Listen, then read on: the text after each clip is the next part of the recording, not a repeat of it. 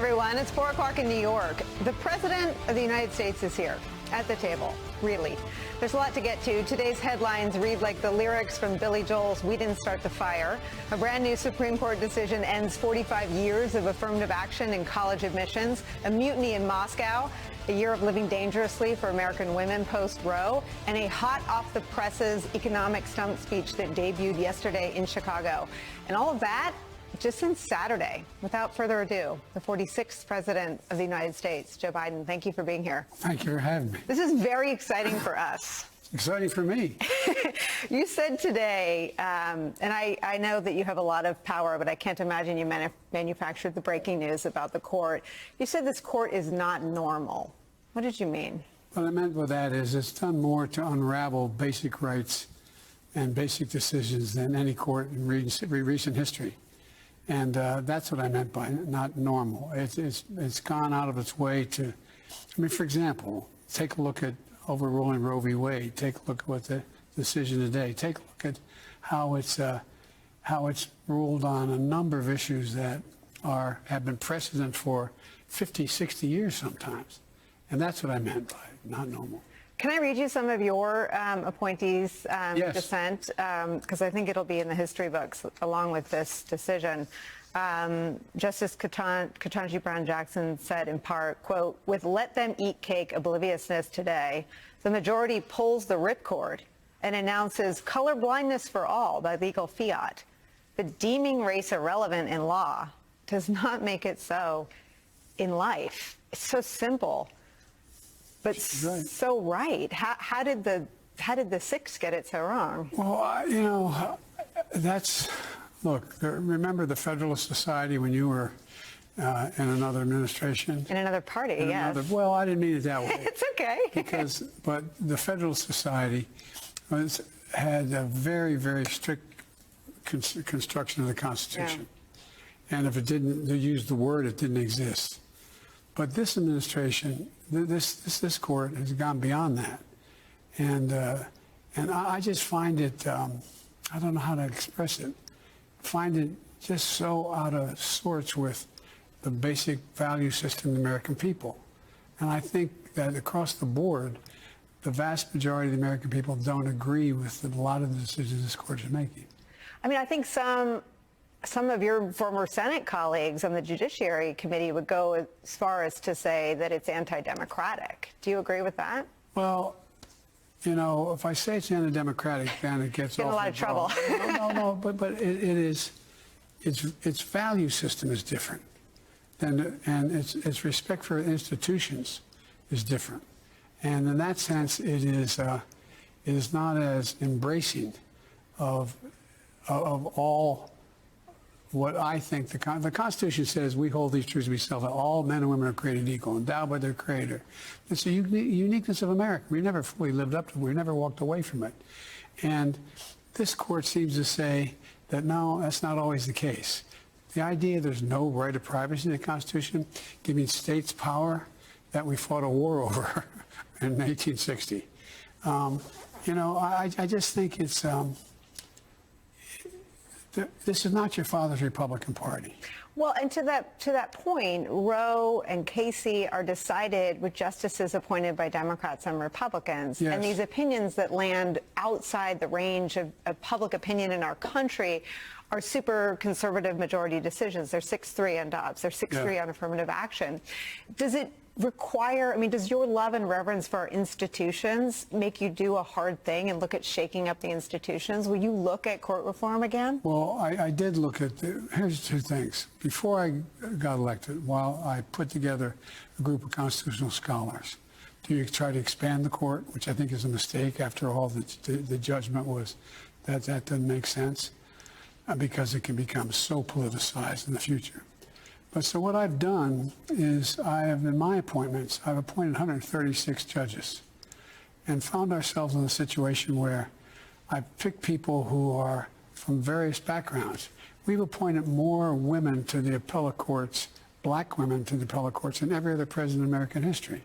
Not just Ketanji Brown, but more than any across the board. We've also, I wanted to make sure that we had on the court, and Republicans have been appointed to the court by us as well, on the court want to have public defenders, people who've been on the other side of the equation, so that everyone is represented. There's a point of view to be able to be made, but I have no hard test to say you must have this view. I never ask a nominee what's their position on A, B, C, or D. No litmus test. No litmus test. Do you worry that without court reform, this conservative majority is too young and too conservative, that they might do too much harm?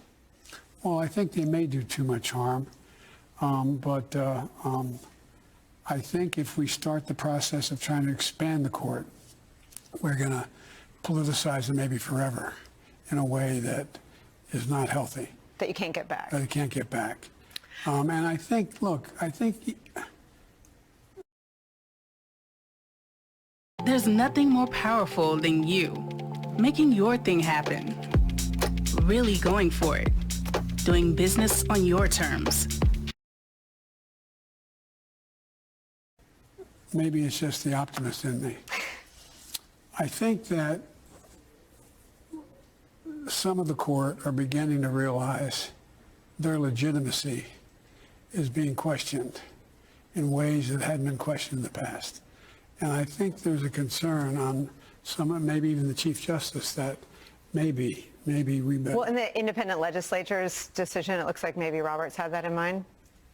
I don't know. I don't either, but you could. The optimist could hope so, right? Hope so. Let me ask you about an institution that we spend a lot of time covering here, and that's the Justice Department. The Washington Post recently reported that it took the Justice Department seeing Cassidy Hutchinson's public testimony, which was a year ago yesterday, to really focus on Trump and his innermost circle's role in the January 6th coup plot. You've awarded medals to Harry Dunn and Officer Fanone and the others. Do they deserve to know why it took the Justice Department a year to open an investigation into the person that incited the insurrection? Look, I've made a commitment that I would not in any way interfere with the Justice Department, who they prosecuted, if they prosecuted, how they proceeded. I've not spoken once, not one single time with the Attorney General on any specific case, not once. But I do talk to him about law enforcement and all those other things. But the point is that I just think there's what I mean about interfering in institutions. The last administration tried to direct the court, tried to push the court. I mean, whether it was the Fed or the court or institutions that were supposed to say hands off. So I've never engaged in that. It's not my role to do that. But when you talk about strengthening democracies at home and abroad, do other Democratic leaders want to know why the foot soldiers of the insurrection have been charged and prosecuted, but not the leader? Well, the answer is yes. But here's my answer. I have faith the Justice Department will move in a direction that is consistent with the law. And so it may take time, but I have faith that they're going to do the right. But I've not spoken about it, and I don't think I should. And I think that, again, is sort of this reverence for the institutions and the norms. And I guess the bet is that the public will see the difference between you and should you run against Donald Trump again. Actually, not even just Donald Trump. Ron DeSantis wants to completely direct investigations.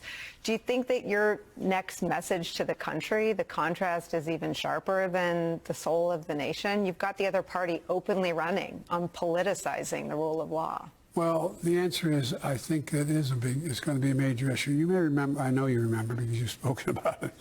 When I ran for 2020, I made a speech on the threat to democracy, and I made it in Philadelphia at Independence Hall. And a lot of the press said, what's he talking about this for? Not just the press, others. Why is he talking about this? It's not a kitchen table issue. That's right. But guess what? 66% of American people thought it was important. Correct. They worry about it. They do worry about it. And I think that it's important that they know that my value set is very different than this new MAGA Republican Party. And I really did think, look, I know you're going to think I'm a little naive here after all these years, but I have great faith in the instincts of the American people. I really do. I believe ordinary people are decent and honorable. If you appeal to them, they'll do the right thing. And I think and the other thing is, Nicole, you know, there's a lot of good that's happening. For example, 60-some% of the American people have greater job satisfaction than they've had in the high, what, 15th or whatever the number is, 30 years. I know the polling numbers are not good, but they were the same way when I ran and won. Everybody thought I was going to get clobbered in a primary. I got 80 million votes in the last election. And with the same thing, I remember I was saying that I thought the Democratic Party was going to do extremely well in the off-year election. Yeah. And other than the Bushes, it did. I mean, it was a great victory by not having a significant loss. We're going to lose 40 seats and all that. I just think that it's a matter of, and this is not a criticism of the press, it's an observation. There's a lot to be worried about around the world. And talking to a lot of reporters, they tell me, I'm going to be careful what I say here. A number of reporters have indicated that there's no editors anymore on what they do. And I had one reporter tell me that, I'm a reporter, but I got one of my editors of the newspaper came to me and said, you don't have a brand yet. It was a major newspaper. They said, well, I'm not an editorial writer. You need a brand so people will watch you, listen to you because of what they think you're going to say. And I just think there's a lot changing. Before, I wasn't going to run for office again. Now, for real. I know that's, people wonder, but it was, my son had died.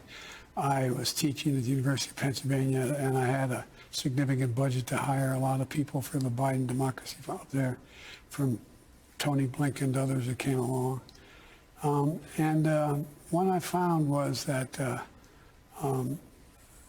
it was awfully hard to stay silent when I saw those people coming out of the woods.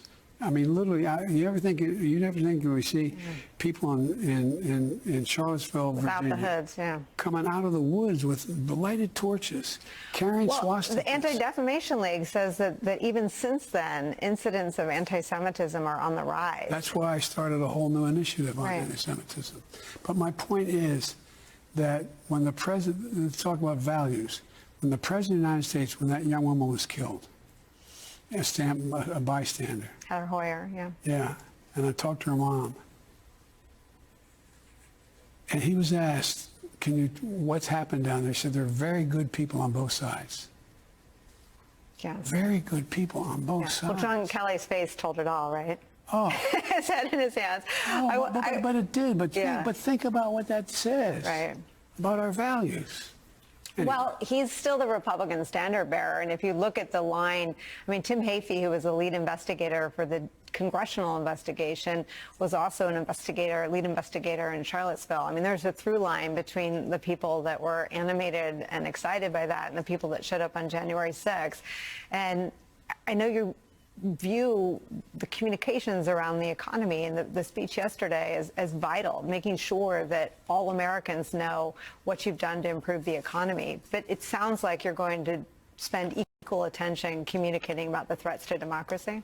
Yes, and equal attention on foreign policy. Look.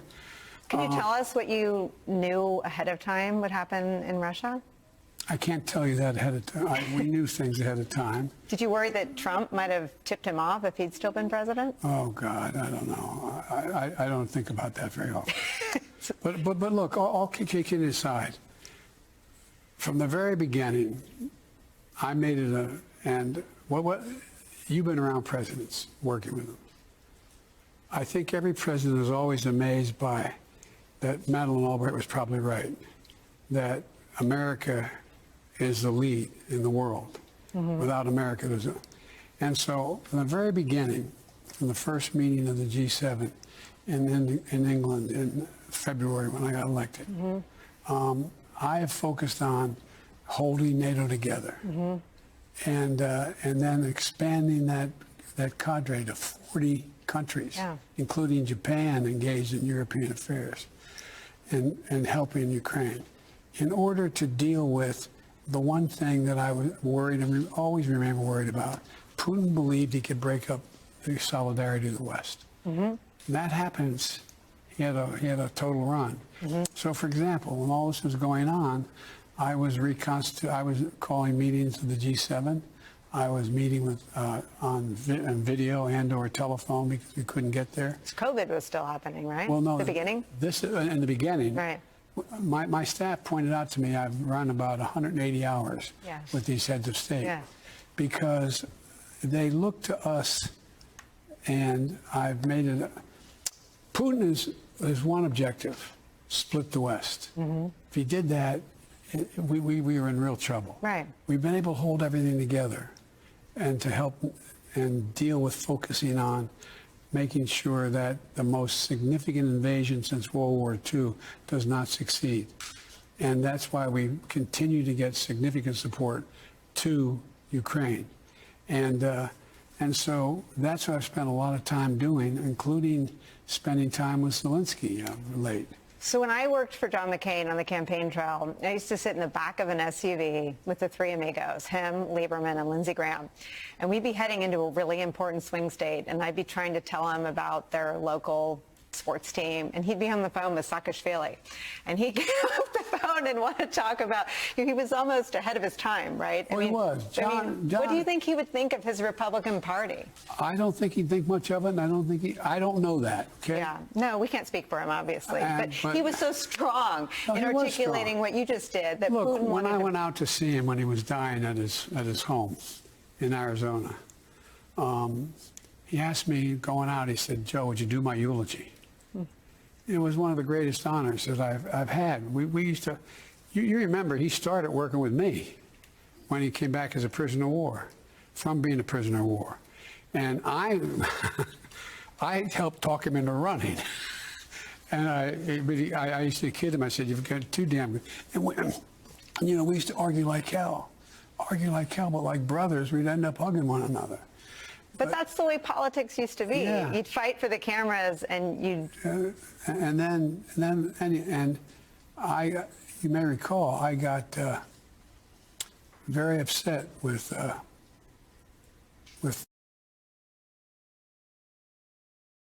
Attention retirees, if you're willing to be at your computer from 9 a.m. to 10:45 a.m. on most weekdays, I can show you one with the last president, and even with my good friend Lindsey sometimes, because the denial of, covering the name on the ship of John McCain. Come on.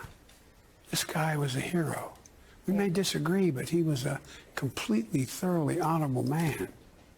Yeah. Oh. The way things were. Well, Mr. President, we don't get a lot of presidents through this studio, so consider it your chair. Consider it an open invitation. There are going to be a lot of things on people's mind, and I hope you'll look at this as a place you can come and talk about anything that's on your mind. Well, I will. We're like Porellos. We show up when we're invited. With all your food. I say that about the show, that we're like the Hotel California. You can check out, but you can never leave. People pop up, at 4, and at 4:50 they're still here. So your staff will, and a lot of other people will come get me if I do that to you. So it's been an honor to be with you. Thank you so much. Thank you so much, sir. To be continued. We're really grateful. This ain't your father's Republican Party. It is not. I can attest to that. All right. Well, if you ever need a witness, I can attest to that. Thank you very much. But by the way, there's still a lot of really good Republicans. Out in the country. No, yes. and in the Senate. Who? Well, I think Mitt Romney's the first guy. There's a lot of them, but not Mitt, but others have come to me since I've been elected. Now it's 6 Republican senators.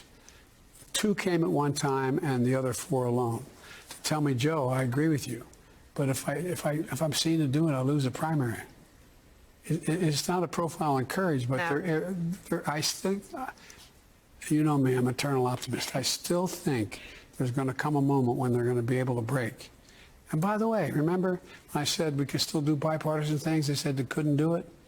Well, we didn't get a lot, but we got a lot of bipartisan things done. And now they're running on your bipartisan accomplishment. I think that's a sign. Like I said, I'm going to be down there congratulating them. I said I'd be a president for every American, whether they voted for me or not. Well, and the ones that didn't vote for your bills but run on them. That's right. Mr. President, thank you. Thank you. Thank you very Nicole. I much. appreciate It's great to have it. you. It's Thank great you. to have Thank you. you. Thank you.